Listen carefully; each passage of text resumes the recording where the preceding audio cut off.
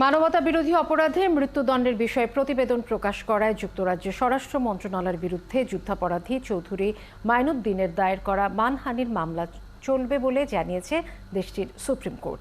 এ রায়ের ফলে তাকে দেশে ফিরিয়ে আনা ও বাংলাদেশে তার বিচার প্রক্রিয়া প্রশ্নের মুখে পড়বে বলে মনে করছেন বিশেষজ্ঞরা। মিল্টন আনোয়ারের প্রতিবেদন।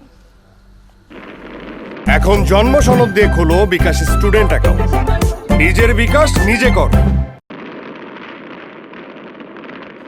মুক্তিযুদ্ধে বিজয়ের আগ মুহূর্তে 18 জন বুদ্ধিজীবীকে অপহরণ ও হত্যার দায়ে 2013 সালে আন্তর্জাতিক অপরাধ ট্রাইব্যুনাল চৌধুরী মাইনুদ্দিন ও তার সহযোগী আশরাফুজ্জামান খানকে মৃত্যুদণ্ড দেয়।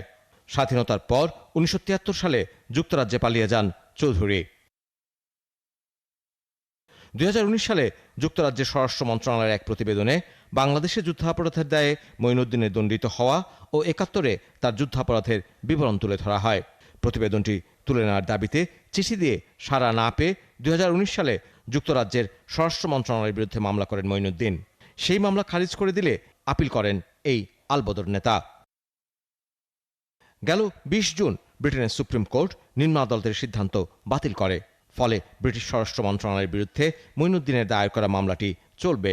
এই রায়ের ফলে যুদ্ধাপরাধী মঈনুদ্দিনকে দেশে ফিরিয়ে আনাটা আরও জটিল হলো।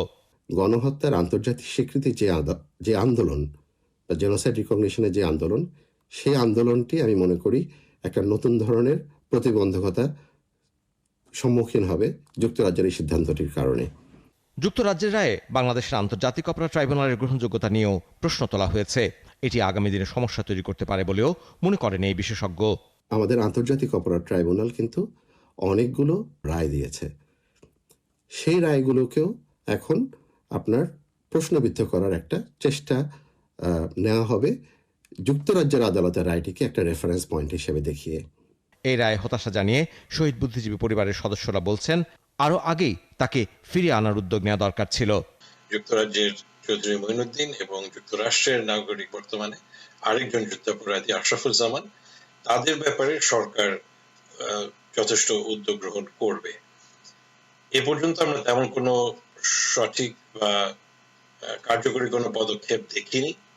দেশি বিদেশি বিশেষজ্ঞদের মাধ্যমে রায়টি পর্যালোচনা করে সরকারকে একটি কার্যকর কর্মপন্থা গ্রহণের পরামর্শ তাদের। মিল্টন আনোয়ার, 71, ঢাকা।